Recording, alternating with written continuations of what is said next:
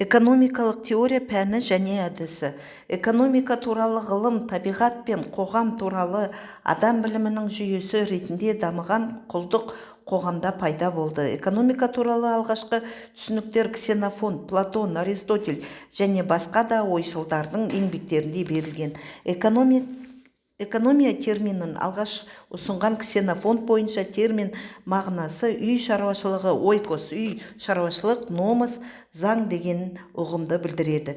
Көп ғасырлар бойы экономика сөзі үй шаруашылығын ұйымдастырып жүргізу ережелерін қамтыған. Бірақ феодалдық бытырыңқылықты жеңу, орталықтандырылған мемлекеттердің бірлесуі үй шаруашылығын жүргізу ережелерін ғана емес, жалпы ұлттық мемлекеттік шаруашылықты жүргізу ережелерінің анықталуын қажет етті. Осыған байланысты экономика ұғымы жаңа мәнге ие болды. Саяси экономия айналды. Ол грек тілінде полис, мемлекет, ойкос, үй шаруашылығы, номос, заң дегенді білдіреді. Саяси экономика ұғымын ғылымға енгізген Монкретен болатын. 1615 жылы оның саяси экономика трактаты деген еңбегі жарық көрді. Мұнда мемлекеттік шаруашылығы жүргізу кеңестері баяндалған. Экономика қоғамдық шаруашылықтың даму заңдары жөніндегі ғылым. Мәселен, экономиканың көрнекті өкілі ағылшын экономисі Уильям Петтидің еңбек байлықтың атасы жер, оның анасы деген әйгілі қағидасы мәлім. Қазіргі экономика пәні капитализмнің дүниеге келу қарсаңында 16 ғасыр аяғы 17 ғасырдың басы дами бастады.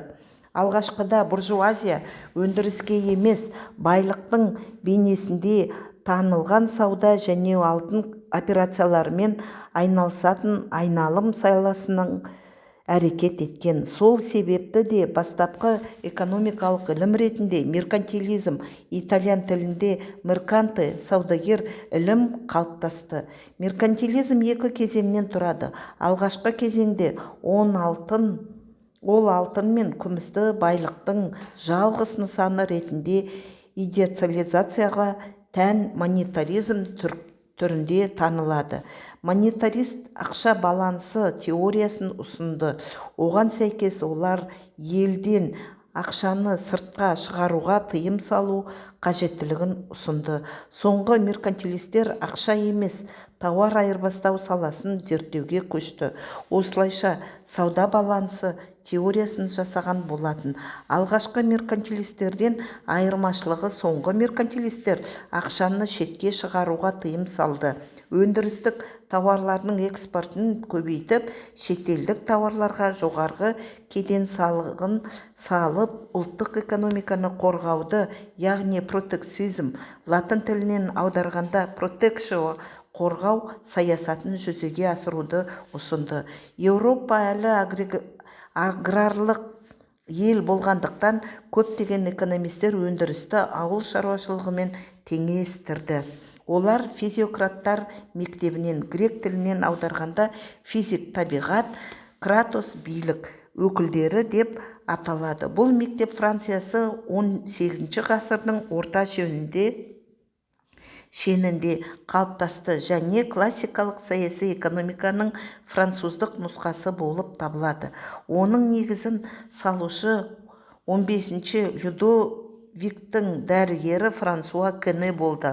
Классикалық саяси экономиканың көрнекті өкілдеріне Адам Смит және Давид Рикардо жатады. Адам Смит 1777 жылы халық байлығының табиғаты мен себептері туралы деген зерттеу кітабын жазған.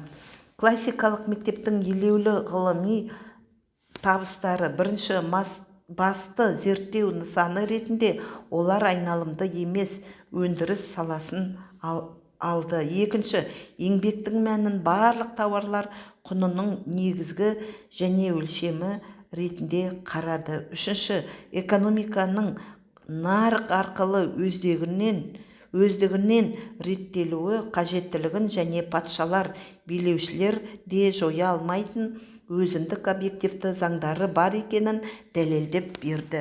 Төртінші, қоғамның барлық әлеуметтік топтарының, атап айтсақ кәсіпкерлер, жұмысшылар, жерге меншік иелері, банкирлер, саудагерлер табыстарының қайран көздерін айқындады. Экономика ғылымының әрі қарай дамуы күрделі жолдары өтті.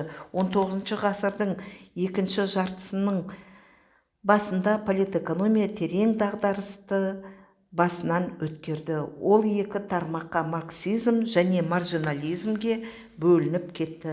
Марксизмнің негізгі салушы Карл Маркс 1818-1883 жылдары.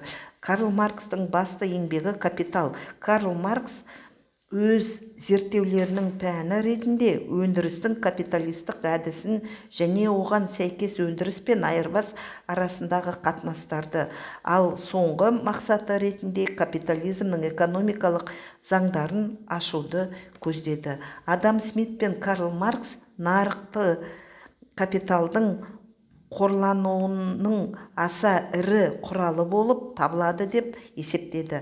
Алайда Смиттен айырмашылығы сол, Маркс бұл процесс таптық күрестің шиеленісуі және капитализмнің күйреуімен аяқталады деп есептеді. Өйткені оның қарама-қайшылықтары соншалықты елеулі болғандықтан да нарық механизмнің оларды жоюға әлі жетпейді.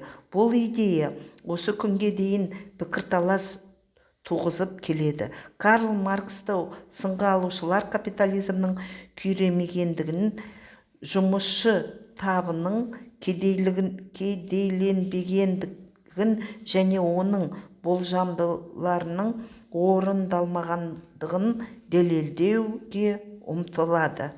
Карл Маркстың экономикалық ілімі Ресейде кеңінен тарады, себебі мұнда 20 ғасырдың бас кезеңіндегі пролетариатты жағдайы бас елдеріне қарағанда әлде қайда ауыр болатын. Кеңес одағында Карл Маркс емес ойдан туындағанның барлығы қабылданбады.